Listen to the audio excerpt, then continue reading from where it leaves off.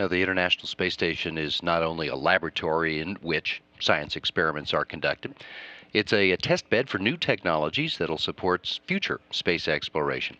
And one of those new technologies is getting its first big test tomorrow.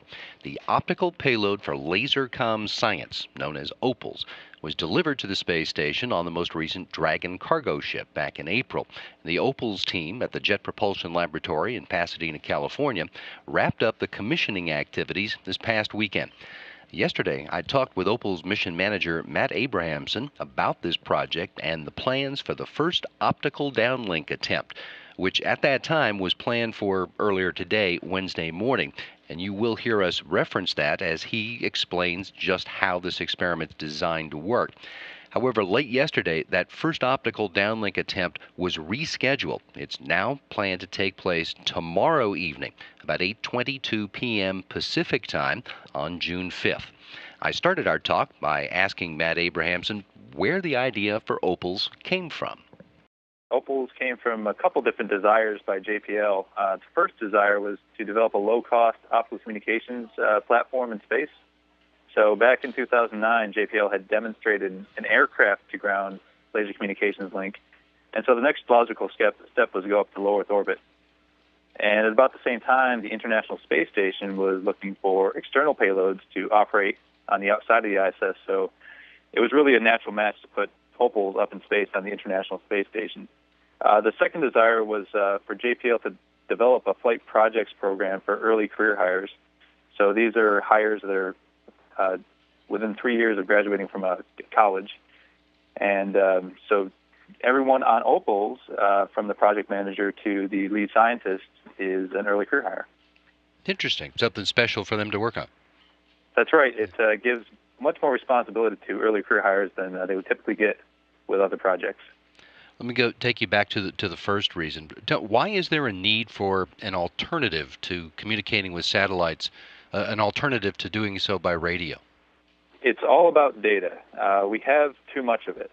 So our ability to collect data in space has greatly outpaced our ability to transmit it back to Earth, and so we're collecting all the scientific data, and we need to get it back to the ground, and radio communications have a limitation on the data rates that we can use to get this data back to Earth.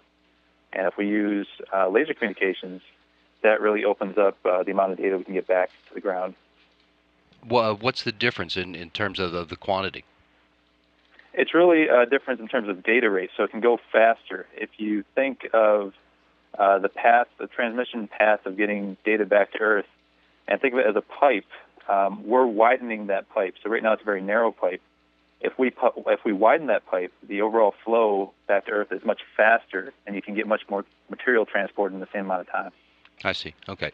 Let's help set the stage in terms of where this is. Where is OPALS located out on the station?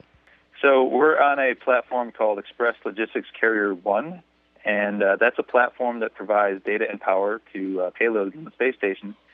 This is on the port side of the space station. So if you're on the ISS and you're looking along the forward direction of travel, we're over on the left side, and we're on the Express Logistics Carrier that faces the Earth. So we're down on the bottom. And we're down there because we require a clear line of sight with our ground receiver, which is in California. And so we currently have a window that's 110 degrees by 40 degrees, and that's where we're allowed to point our laser beam when we're transmitting. And by allowed, you mean that's in order to make sure that you don't impact any of the other station components? That's right. So we don't want to radiate our laser at any parts of the station. We also don't want to violate any regions where part of the station might rotate through, for example, the solar array envelopes. And we also don't want to fire at any location where there might be a docked vehicle, such as the SpaceX Dragon. So you've been getting set for this first downlink. Have all the preps and checkouts through the weekend gone well?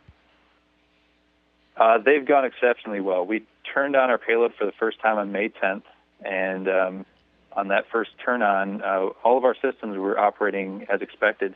Over the last few weeks, we've had a few other checkouts, one called an open loop commissioning test.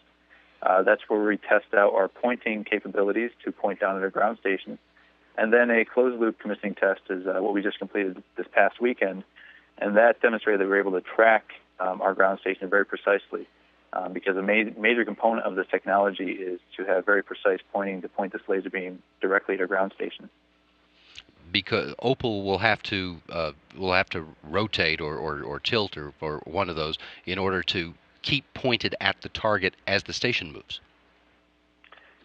Absolutely, that's right. The station is in a relatively low orbit at an altitude of 400 kilometers, and it's traveling at around 7.5 kilometers per second. So when we pass over a ground station, we need to rotate at a speed of about 1 degree per second to keep a lock on our ground station. So the first optical downlink attempt is on Wednesday morning. Tell us what is going to happen. That's right. So Wednesday morning, we'll attempt to transmit a high-definition video over our laser link to our ground station, which is at Table Mountain in California. With our current predictions, we expect at 4:27 a.m. local Pacific time, the ISS will start to rise above the horizon relative to our ground station in California. And at that point, we'll fire a laser beacon from our ground station up to the ISS. A few minutes later, at about 4:30 a.m., the ISS is going to reach 25 degrees above the local elevation in the sky. And at that point, OPALS will initiate a sequence to point back at that ground station. And so it will attempt to lock onto that laser beacon that the ground station is sending up. And once it locks on, it's going to fire our flight laser back at the ground station. At that point, we'll have a bidirectional optical link, and it will begin transmitting our high-definition video at 50 megabits per second. How long a pass do you get each time? The pass is typically about 150 seconds, and that's really driven by that restricted window I was talking about before. The fact that it's only 110 degrees wide, we only have about 150 seconds where we can transmit.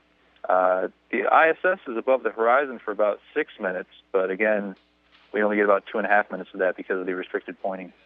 Now, how long is it going to take for you folks to know whether or not the test is successful? Well, we'll know almost immediately. So our first indication is we have a scope up at the ground station, and if we are seeing the signal, we'll see a very bright laser beam shining back down at us. And then about 10 minutes later, we'll be able to reconstruct the video on the ground. And if that video reconstruction, we're able to play it back, then we know that we're successful. Will there be more tests after this first one? Absolutely. This is just the start of our testing. OPALS is a technology demonstration, and so our whole point up there is to test out this technology, learn about it, and get some of the answers so that we can build a better, smarter optical communications system in the future. And how might a system of this kind be used on future missions? Well, it'll be used as a communications package or an antenna on future deep space missions. It will be kind of like the high rate option. So I'm sure that in future missions we will probably still have a low rate option that will be a standard radio antenna just for system safety. But this would be a capable system where we could downlink high rate scientific data to the ground when there's a bidirectional line of sight with the ground station. That allows us to get high-definition videos back, high-definition scientific data, and more scientific data than we're able to bring back today with our current antennas. It's very exciting and eager to see how it all goes. Matt, good luck. Thank you, Pat. Matt Abrahamson is the OPALS mission manager at the Jet Propulsion Laboratory in Pasadena, California. And a reminder once again that the first optical downlink attempt for the OPALS payload is now scheduled for tomorrow, June 5th.